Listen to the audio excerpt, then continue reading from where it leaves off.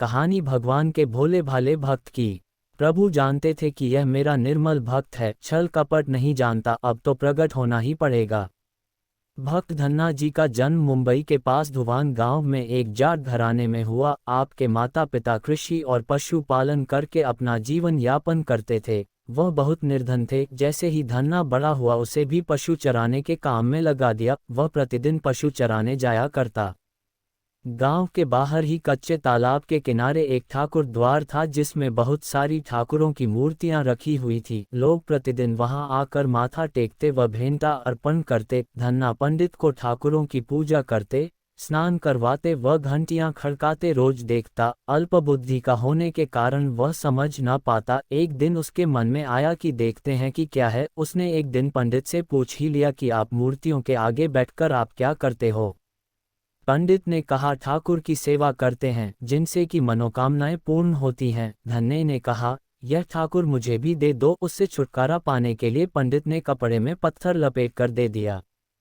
घर जाकर धन्ने ने पत्थर को ठाकुर समझकर स्नान कराया और भोग लगाने के लिए कहने लगा। उसने ठाकुर के आगे बहुत मिन्नतें की। धन्ने ने कसम खाई कि यदि ठाकुर जी आप नहीं खाएंगे तो मैं भी भूखा ही रहूंगा। उसका यह प्रण देखकर प्रभु प्रकट हुए तथा रोटी खाई व लस्सी पी। इस प्रकार धन्ने ने अपने भोलेपन में पूजा करने और साफ मन से पत्थर में भी भगवान को पा लिया। जब धन्ने को लगन लगी उस समय उसके माता पिता बूढ़े हो चुके थे और अकेला नवयुवक था। उसे ख्याल आया कि ठाकुर को पूजा से खुश करके यदि सब कुछ हासिल किया जा सकता है तो उसे अवश्य ही यह करना होगा जिससे घर की गरीबी चली जाए तथा सुख आए। ऐसा सोचकर ही वह पंडित के पास गया। पंडित ने पहले ठाकुर देने से मना कर दिया कि वह ठाकुर की पूजा अकेले नहीं कर पाएगा।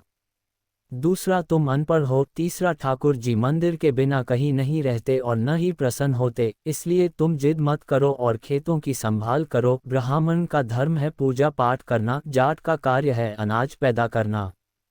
परंतु धन्ना टस से मज न हुआ। अपनी पिटाई के डर से पंडित ने जो सालीग्राम मंदिर में फालतू पड़ा था उठाकर धन्ने को दे दिया और पूजा पाठ की विधि भी बता दी। पूरी रात धन्ने को नींद न आई। वह पूरी रात सोचता रहा कि ठाकुर को कैसे प्रसन्न करेगा और उनसे क्या मांगेगा। सुबह उठकर अपने नहाने के बाद ठाकुर को स्नान कराया। भक्ति भाव से बैठकर लस्सी रिड़की व रोटी पकाए। उसने प्रार्थना की, हे प्रभु, भोग लगाओ। मुझ गरीब के पास रोटी, लस्सी और मक्खन ही है और कुछ नहीं। जब और चीजें दोगे तब आपके आगे रख दूंगा। वह बैठा ठाकुर जी को देखता रहा। अब पत्थर भोजन कैसे करे।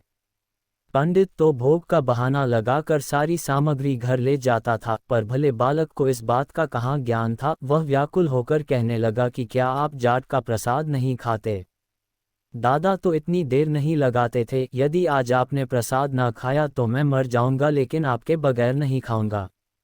प्रभु जानते थे कि यह मेरा निर्मल भक्त है, छल कपट नहीं जानता, अब तो प्रकट होना ही पड़ेगा। 1 घंटा और बीतने के बाद धन्ना क्या देखता है कि श्री कृष्ण रूप भगवान जी रोटी मक्खन के साथ खा रहे हैं और लस्सी पी रहे हैं। भोजन खाकर प्रभु बोले, धन्य जो इच्छा है मांग लो, मैं तुम पर प्रसन्न हूँ। धन्य ने हाथ जोड़कर विनती की, भाव जो तुम्हारी भक्ति करते हैं तू उनके कार्य संवार देता है। मुझे गेहूँ, दाल व घी दीजिए, मैं खुश हो जाऊंगा। यदि जूता, कपड़े, 7 प्रकार के अनाज, गाय या भैंस, सवारी करने के लिए घोड़ी तथा घर की देखभाल करने के लिए सुंदर नारी मुझे दें।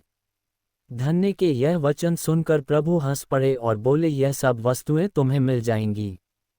प्रभु बोले, अन्य कुछ। प्रभु, मैं जब भी आपको याद करूं आप दर्शन दीजिए, यदि कोई जरूरत हुई तो बताऊंगा।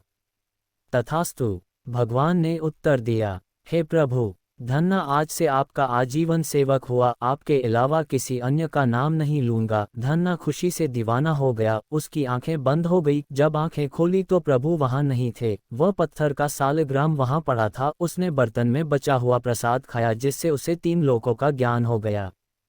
प्रभु के दर्शनों के कुछ दिन पश्चात धन्य के घर सारी खुशियां आ गई। एक अच्छे अमीर घर में उसका विवाह हो गया। उसकी बिना बोई भूमि पर भी फसल लहलहा गई।